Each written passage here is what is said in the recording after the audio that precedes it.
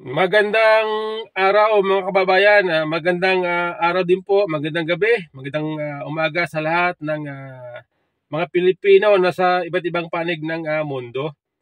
Diyan po sa Amerika, magandang gabi, magandang araw at magandang umaga po sa inyo lahat dyan. Ay ito po ay tila po hindi makamove on ang mga Pilipino dito sa naging outcome ng pakikipag-meeting ni Pangulong Marcos kay US President Donald Trump dahil po dito sa naging resulta na 1% lamang ang kanyang naiuwi. Doon po sa taripa na inimpose ng Amerika sa ating mga produkto na papasok sa kanilang bansa ay 20%, ay 1% lamang po ang naibawas. Ay ang masakit dyan, sa halip po na itaas ng ating gobyerno ang taripa naman na ini-impose ng ating bansa sa mga produkto ng US na papasok dito, ay ginawang zero. Ginawang zero ng ating gobyerno ng presidente.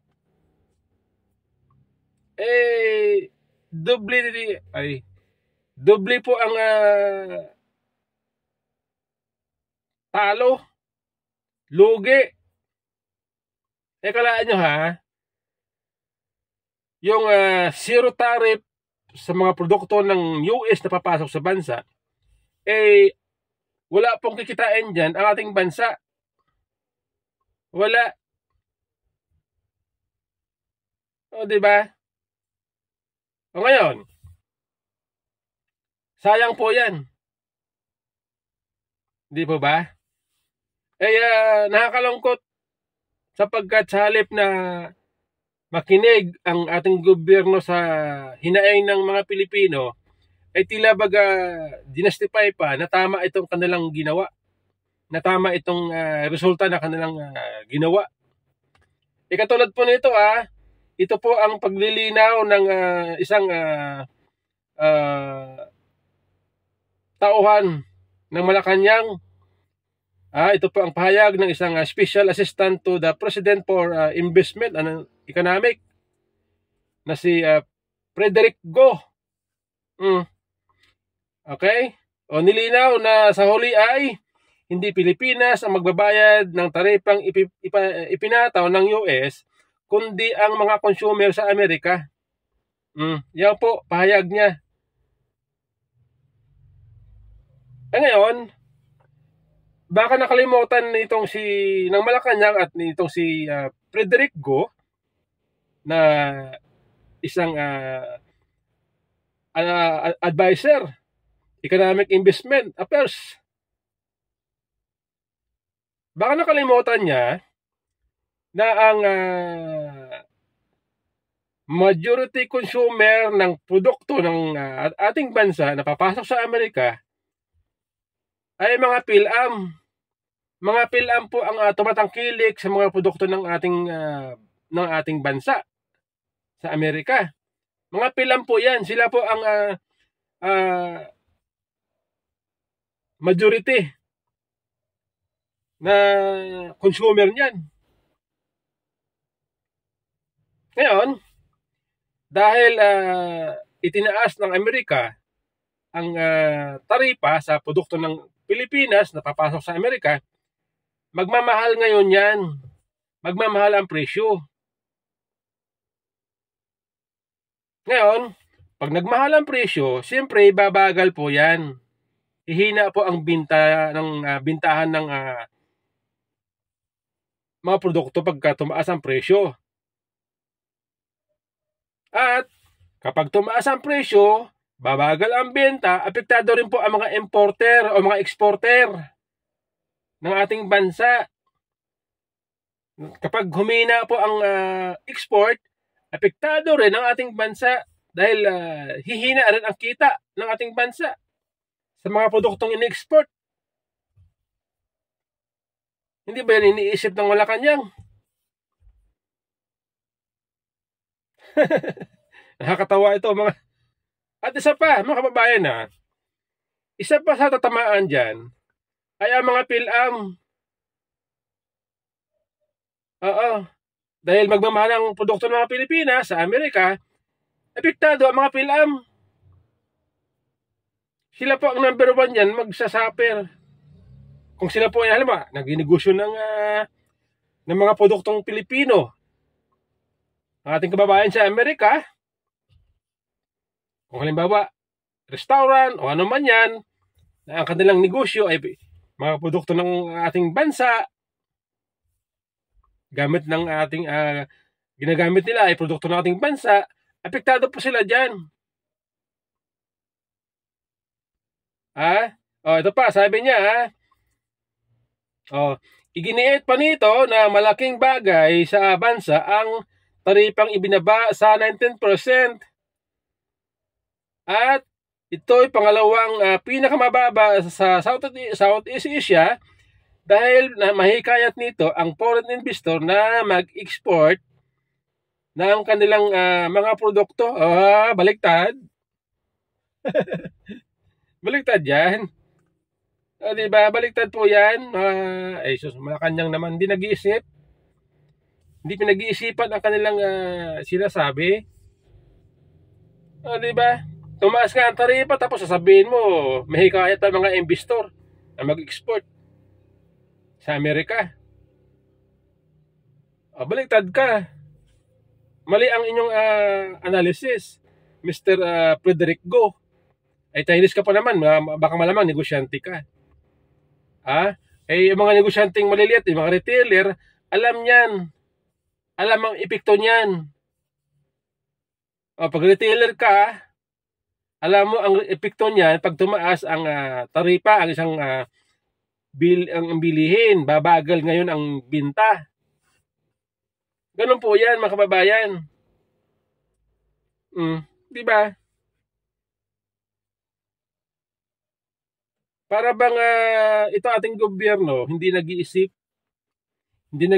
sa kanilang gagawin, hindi nag-iisip sa kanilang sasabihin. Parang ganun ang lumalabas eh. Di ba?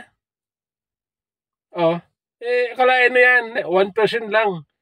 Pumunta pa doon ang Pangulo sa Amerika, dala-dala niya itong kanyang mga, ilan ba sila? 1% lang, magkano gastos nila doon? Magkano ang kanila nagastos sa biyahe? Baka 2 million, mga ganun siguro. Samantala, ang Japan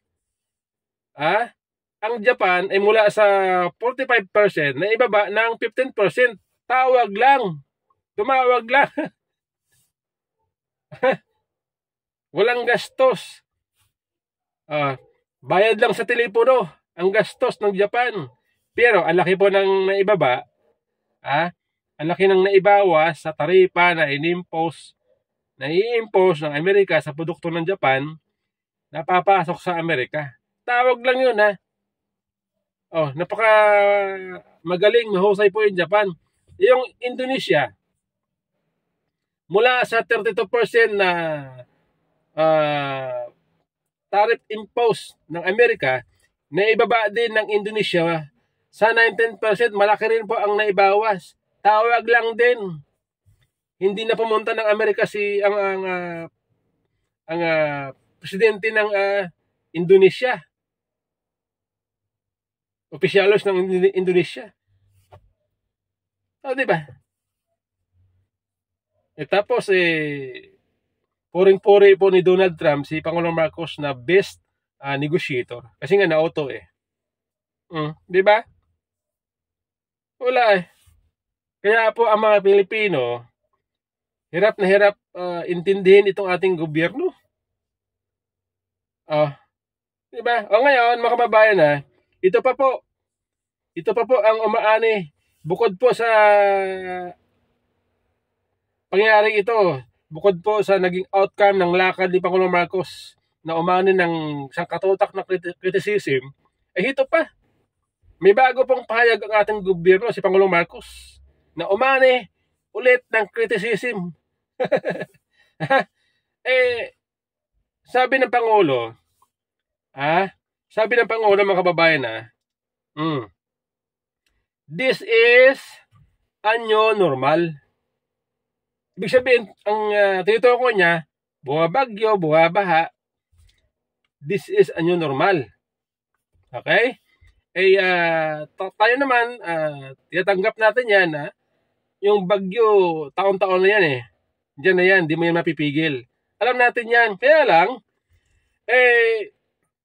dito po sa karugtong na kanya sinabi, ganito na talaga ang buhay natin. Kahit ano pang gawin natin. Ayun po ang sa tingin ko sablay.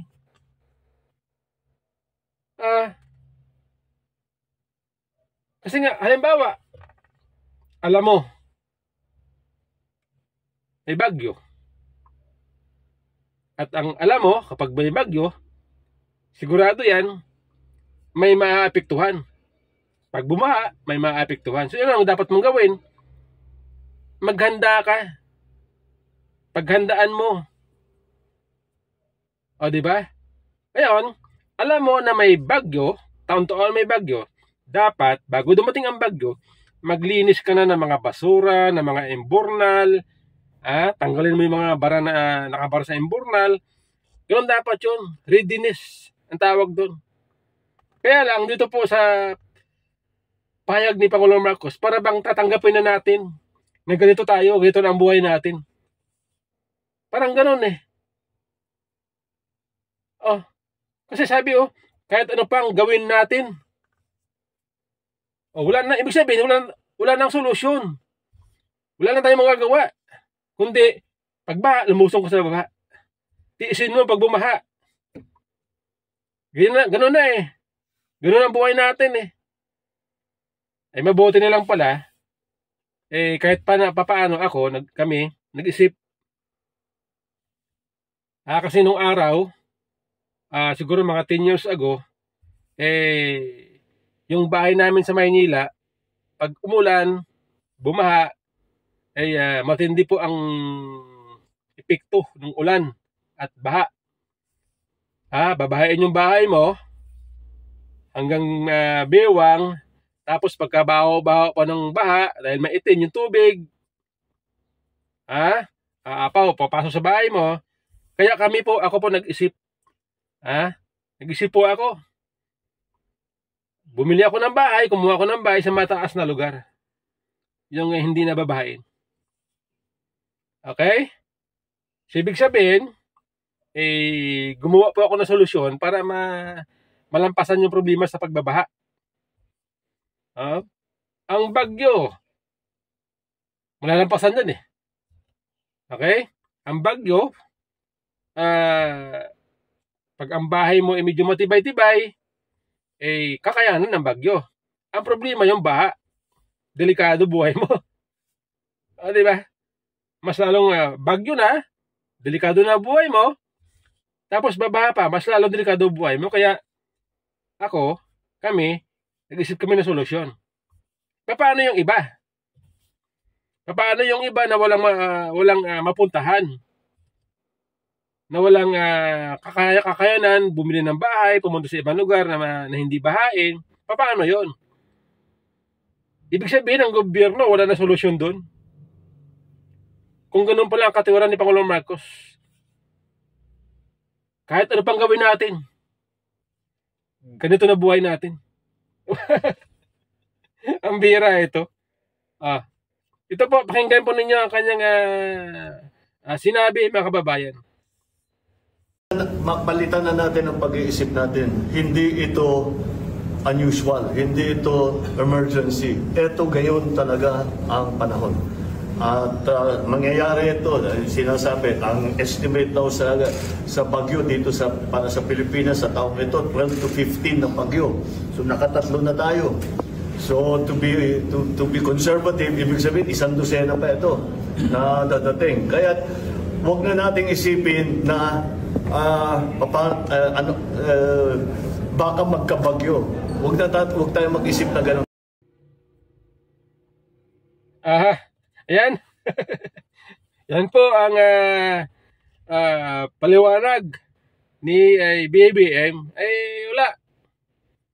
Tanggapin na natin na sa gobyernong ito, yan na po ang buhay natin.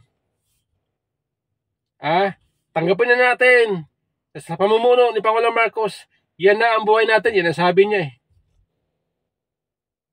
Ah, oh, 'di ba? Nakakalungkot, no, na magsusuna pa naman si Pangulong Marcos sa darating na July 28. Tapos ganito po ang kanyang mga sinasabi. Kaya siguro tama lang ang resulta ng survey na mababa ang kanyang approval rating, sa kanyang trust rating. Kasi nga, kita nyo naman ang resulta ng kanyang trabaho, ang